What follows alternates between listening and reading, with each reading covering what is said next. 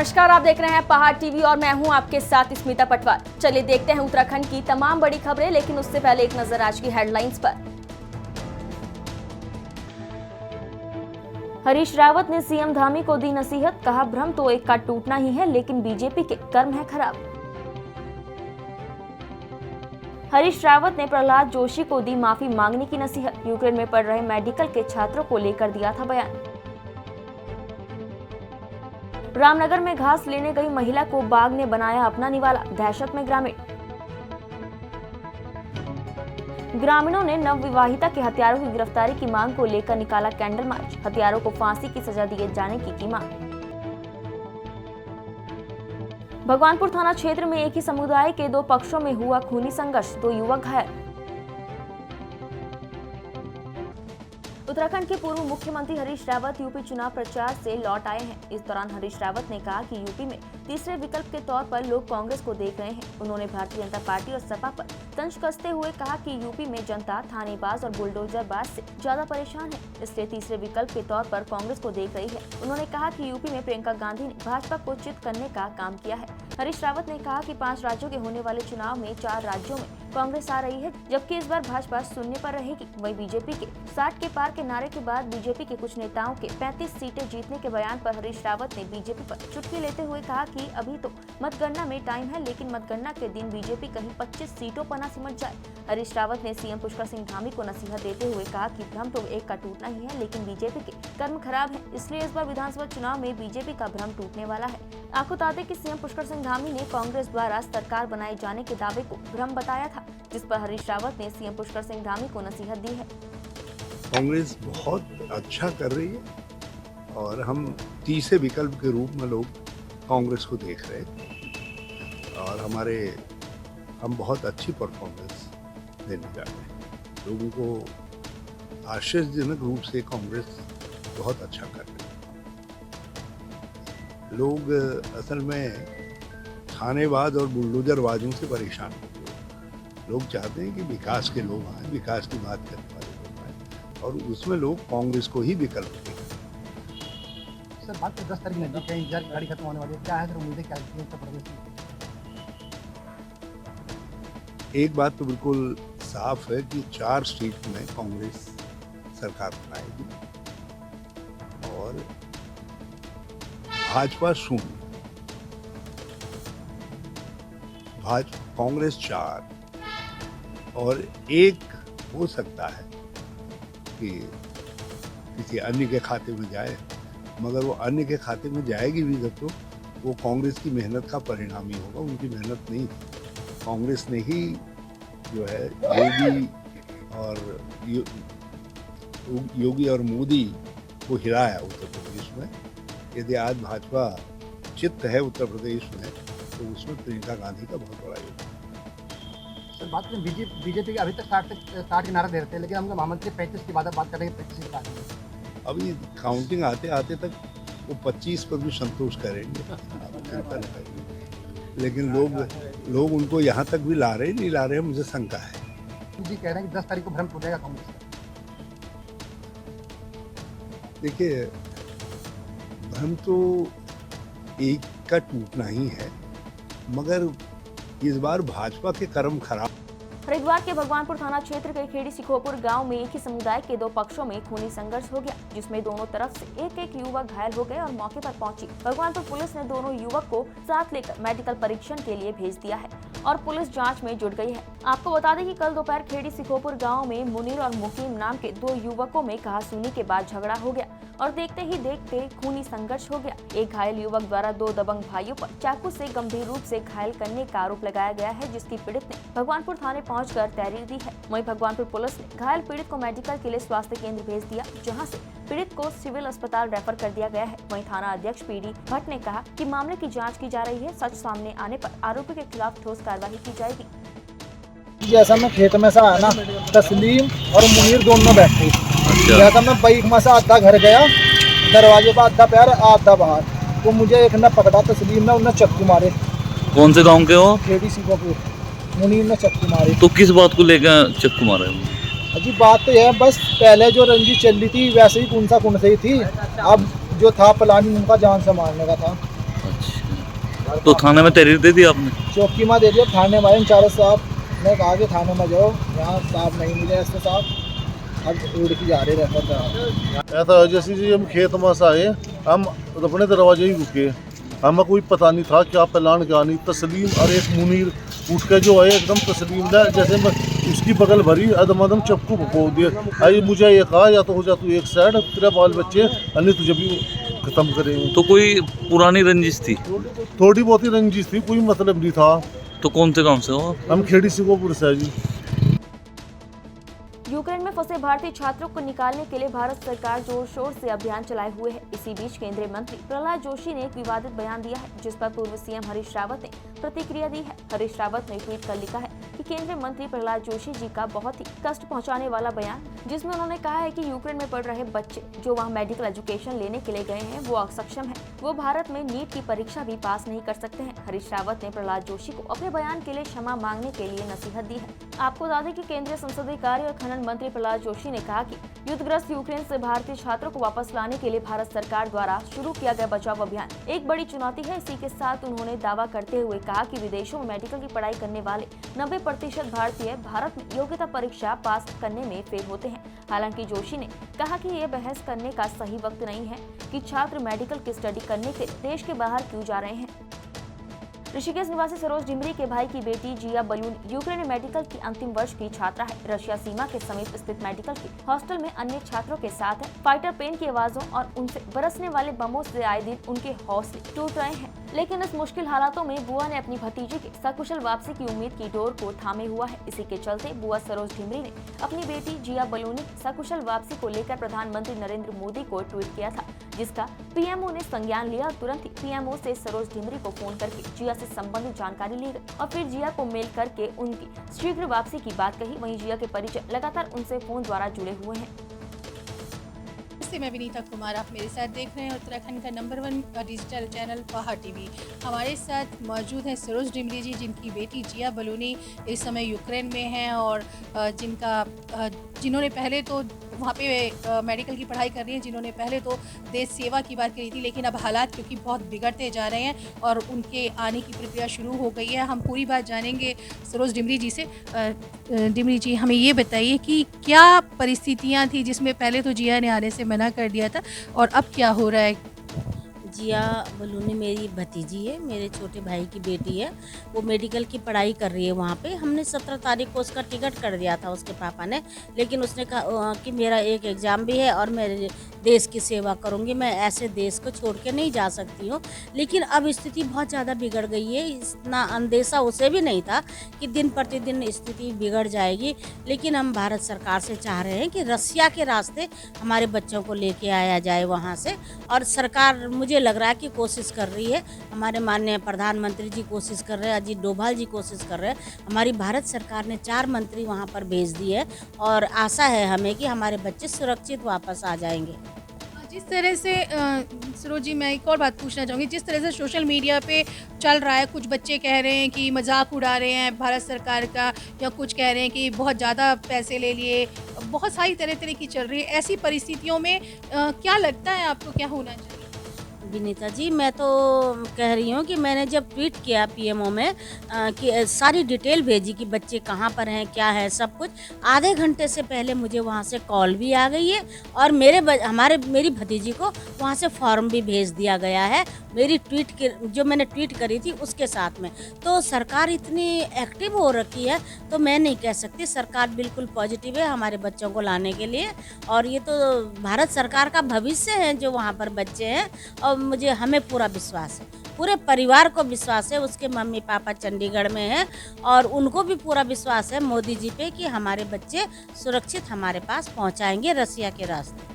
बिल्कुल। तो आप हमारे साथ सरोज जी के बेटे मौजूद हैं जो जिया से ऑनलाइन बात कर रहे हैं और उनसे जानना चाहेंगे क्या स्थिति है, वो बताएंगे। हम आपसे जानना चाहेंगे क्या स्थिति है जिया से आपकी बात हो रही है, डेली बात हो रही है, लेकिन जो सिचुएशन है वो बहुत अच्छी नहीं है। मतलब खाने पीने की भी समस्या बड़ी मुश्किल से वो कवर अप कर पा रहे हैं। यूनिवर्सिटी अभी सपोर्ट तो कर रही है, लेकिन बस हम तो ये चाहते हैं कि वो चाहे रशिया रहे या वो उधर है, कम से कम कहीं सेफ आ जाए। भाई हो सकता है ट्रैवलिंग अभी बंद कर रखी हो, 1 महीने बाद भी आए, कम से कम बच्चा सेफ रहे जहाँ भी रहे। हम ये नहीं कहते कि इंडिया आ जाए, कम से कम गवर्नमेंट को थोड़ा सा रशिया से ये बोलना चाहिए कि जहाँ जहाँ हमारे बच्चे हैं, जो लोकेशन उनको हो चुकी है क्लियर, ट्रैक हो रही है, कम से कम उनको एवोकेट करके आप एक साइड लेके आ जाए।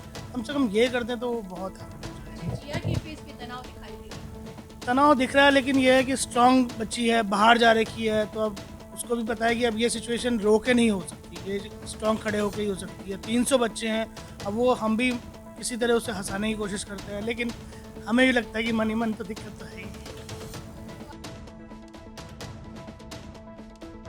गणाई गंगोली तहसील राजस्व तपोवन में किराए पर नेपाली मूल के लोग निवास करते हैं। रात्रि में सिलेंडर रिसाव होने के कारण बिजली का बटन ऑन करने पर विस्फोट हो गया, जिसमें कमला देवी उम्र 32 वर्ष, मान बहादुर उम्र 23 वर्ष, शारदा 19 वर्ष, संजना 14 वर्ष, वीरेंद्र 17 वर्ष, कृष्णा 20 वर्ष, संजू 15 वर्ष झुलस गए हैं, जिसके बाद उन्हें सामुदायिक स्वास्थ्य केंद्र गणाई ले जाया गया था, जहां से कृष्णा और संजू को प्राथमिक उपचार के पश्चात घर भेज दिया गया। औरों को बेस अस्पताल अल्मोड़ा रेफर किया गया है। इधर ब्लास्ट इतना भयंकर था कि मकान के छत में दरारें आने के साथ खिड़की और दरवाजे तक टूट गए। घटना की जानकारी मिलते ही पुलिस और राजस्व टीम मौके पर पहुंचे और उनके द्वारा क्षति का आकलन किया गया।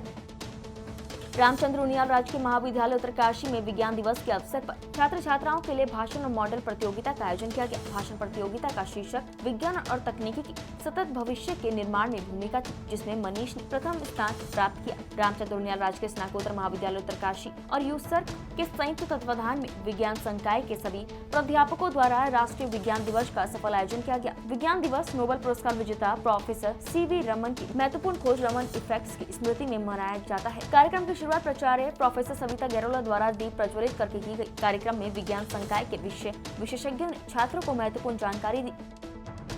डोईवाला विधानसभा के सिंधवाल गांव की नवविवाहिता आरती की दहेज हत्या में अभी तक 2 अन्य आरोपियों की गिरफ्तारी न होने को लेकर आक्रोशित ग्रामीणों ने थानों में विशाल कैंडल मार्च निकाला और हत्यारों की गिरफ्तारी करने और फांसी की सजा दिए जाने की मांग को लेकर जमकर नारेबाजी की। ग्रामीण हत्यारों को फांसी की सजा दिए जाने की मांग को लेकर बेहद आक्रोशित थे और उन्होंने हत्यारों की जल्द गिरफ्तारी न होने पर उग्र कदम उठाने की चेतावनी दी है। जुलूस में मुख्य रूप से मृतका के भाई सुमित सिंधवाल सहित उनके परिजन और स्थानीय सामाजिक और राजनीतिक जनप्रतिनिधि बड़ी संख्या में शामिल थे।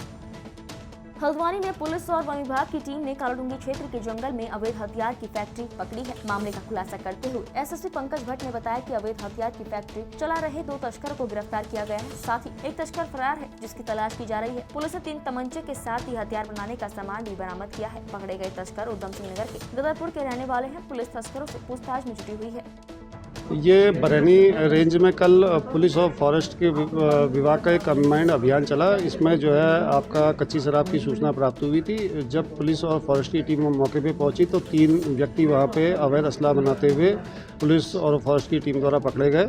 इनमें से गुरमीत और अमरजीत दोनों से 2 तमंचे बरामद हुए और तीसरा राजेंद्र उर्फ राजू वो फरार हो गया है।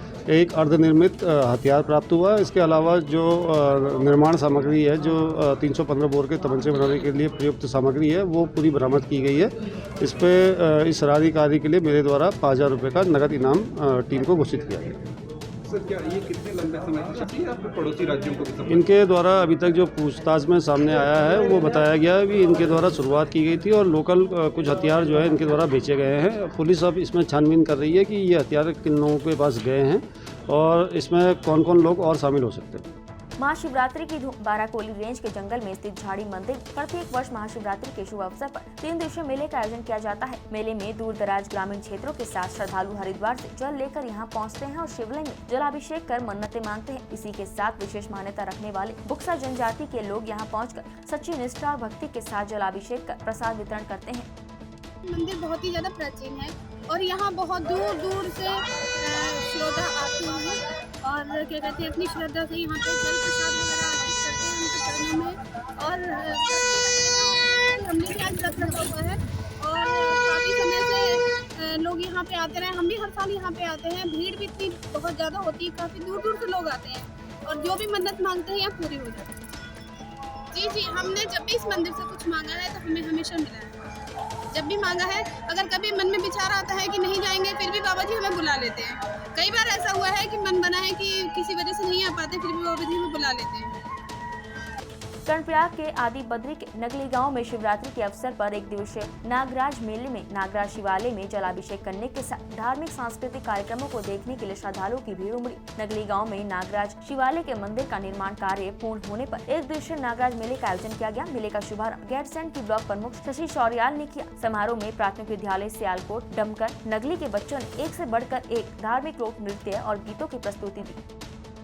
जोशीमठ में महाशिवरात्रि के अवसर पर शंकराचार्य स्वरूपानंद सरस्वती जी के मठ में स्थित प्राचीन सिद्धपीठ में राजराजेश्वरी की विशेष पूजा अर्चना की गई, जो पूरे विकासखंड और नगर में आकर्षण का केंद्र रहा। शंकराचार्य मठ में विराजमान राजराजेश्वरी को शिव का रूप देकर 4 पहर की विशेष वैदिक पूजाएं संपादित की गई। जोशीमठ के स्वरूपानंद शंकराचार्य मठ में आराध्य भगवती राजराजेश्वरी त्रिपुरा सुंदरी को शिवरात्रि के अवसर पर शिव रूप देकर उनकी 4 पहर की विशेष पूजा अर्चना की गई। शंकराचार्य के प्रतिनिधि स्वामी मुकुंदानंद महाराज ने बताया कि शिवरात्रि पर भगवती राजराजेश्वरी को शिव का रूप इसलिए दिया गया है कि शिव की पूजा शिव शक्ति के रूप में ही सार्थक और फलदायी मानी जाती है।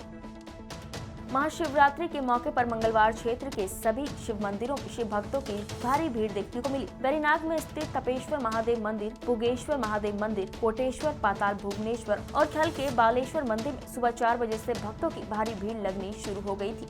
दिन भर मंदिर में भक्तों की भारी भीड़ लगी रही। वहीं पुगेश्वर और थल और पाताल भुवनेश्वर में भव्य मेला भी लगा, जहाँ बड़ी संख्या में मेला देखने के लिए लोग पहुँचे थे। मेले में शांति व्यवस्था के लिए पुलिस भी मौजूद थी।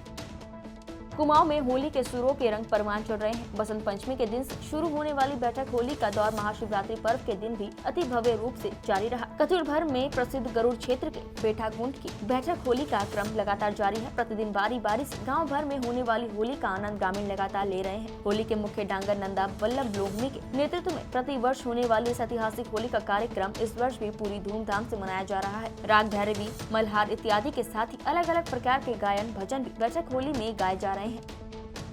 रुद्रप्रयाग जिले के सारी झाली मठ में अचानक हुए भूस्खलन से खतरे की जद में आ गया है। भूस्खलन होने से ग्रामीणों में खौफ का माहौल बना हुआ है। घटना के बाद से गांव के 11 परिवार डर के साए में हैं, जिन्हें प्रशासन ने सुरक्षित स्थानों पर ठहरा दिया है। वहीं उत्तराखंड क्रांति दल के नेता मोहित ढुमरी ने मौके पर पहुंचकर हालात का जायजा लिया। उन्होंने प्रभावित परिवार को विस्थापित करने की मांग की। आपको बता दें कि सोमवार सुबह के समय जिले के सारी झालीमठ गांव में अचानक भूस्खलन हो गया, जिसकी वीडियो ग्रामीणों ने बना दी। वीडियो में साफ दिख रहा है कि एक गौशाला अचानक से धराशायी हो गई। यह वीडियो सोशल मीडिया में डालने के बाद हर तरफ डर का माहौल पैदा हो गया। हर कोई ग्रामीणों की संत खबर पूछने लगा। सोशल मीडिया से जिला प्रशासन को सूचना मिलने के बाद टीम मौके पर पहुंची। अचानक हुए भूस्खलन से ग्रामीणों ने किसी तरह भागकर अपनी जान बचाई। ग्रामीणों का कहना है कि सारी झालीमठ के ग्रामीण खतरे की जद में आ गए हैं। घटना के बाद प्रशासन की ओर से तहसीलदार अपनी टीम के साथ मौके पर पहुंचे और आवश्यक कार्रवाई शुरू की। रामनगर के कॉर्बेट टाइगर रिजर्व की सीमा से सटे कुपी गांव मरचूला में घास लेने गई एक महिला को बाघ ने अपना निवाला बना लिया। वहीं बाघ की धमक से लोगों में खौफ का माहौल है। सूचना पाकर मौके पर पहुंची वन विभाग की टीम ने महिला के शव को कब्जे में लेकर पोस्टमार्टम के लिए भेज दिया है। आपको बता दें कि कल देर शाम घास लेने गई महिला पर बाघ ने हमला कर दिया, जिससे महिला की मौके पर ही मौत हो गई। घटना कॉर्बेट टाइगर रिजर्व की सीमा से सटे कुपी गांव मरचूला जिला अल्मोड़ा की है। गुड्डी देवी पत्नी महेश सिंह जंगल में घास लेने गई थी, तभी बाघ ने घात लगाकर हमला कर दिया। मौके पर पहुंची वन विभाग और पुलिस की टीम ने शव को कब्जे में ले लिया। मामले में एएसआई बिशन लाल ने बताया कि गुड्डी देवी नाम की एक महिला मवेशियों के लिए जंगल में घास काटने के लिए गई, जिसे बाघ ने अपना निवाला बना लिया। उन्होंने बताया कि शव को कब्जे में लेकर पोस्टमार्टम के लिए भेज दिया है। अल्मोड़ा जिले के विकासखंड भिकियासेन में पारस उत्सव 2022 को सफल और यादगार बनाने के लिए नगर की जागरूक महिलाएं आगे आई। पारस संस्था द्वारा उत्सव का प्रारंभ किया जा रहा है, जिससे पहले चरण में कैरम बोर्ड, शतरंज और संचरित मानस का संगीतमय पाठ की होली महोत्सव का आयोजन किया जा रहा है। कार्यक्रम को सफल बनाने के महिलाओं ने अपनी भूमिका तय की है। उन्होंने उमंग उत्सव के साथ जिम्मेदारी को निभाने का संकल्प लिया। पूर्व जिला पंचायत सदस्य लीला बिस्ट ने कहा कि पारस संस्था हमारे बच्चों के उज्जवल भविष्य के लिए उनके बचपन और यौवन को संवारने का कार्य कर रही है। हमें भी बढ़ चढ़ कर इसमें कार्य करना चाहिए। संस्था के संस्थापक कुबेर सिंह कड़ाकोटी ने कहा कि बहनों का ये संकल्प निश्चित रूप से कार्यक्रम को रोचक, भव्य और हितकारी बनाएगा। उत्तराखंड की तमाम बड़ी खबरों में फिलहाल इतना ही। बाकी खबरों के लिए देखते रहिए पहाड़ टीवी। नमस्कार। है बेखौफ उम्मीद का रंग।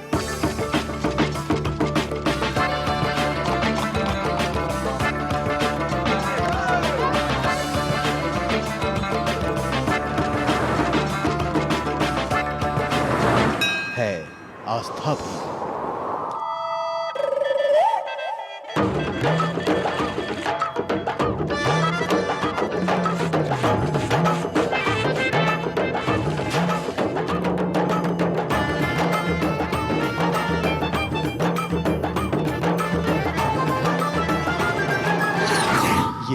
मेरा उत्तराखंड।